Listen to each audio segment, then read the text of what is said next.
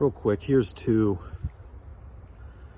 3-phase Trane XE series heat pumps at an abandoned gas station. Both manufactured in March 2002, 5 tons each, and both acquire Climate Scroll or Alliance compressors.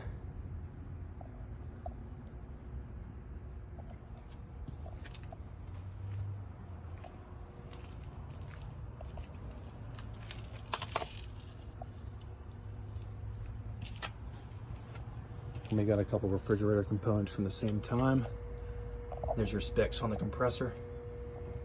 And strangely enough, that disconnect right there is the only one that's shut off.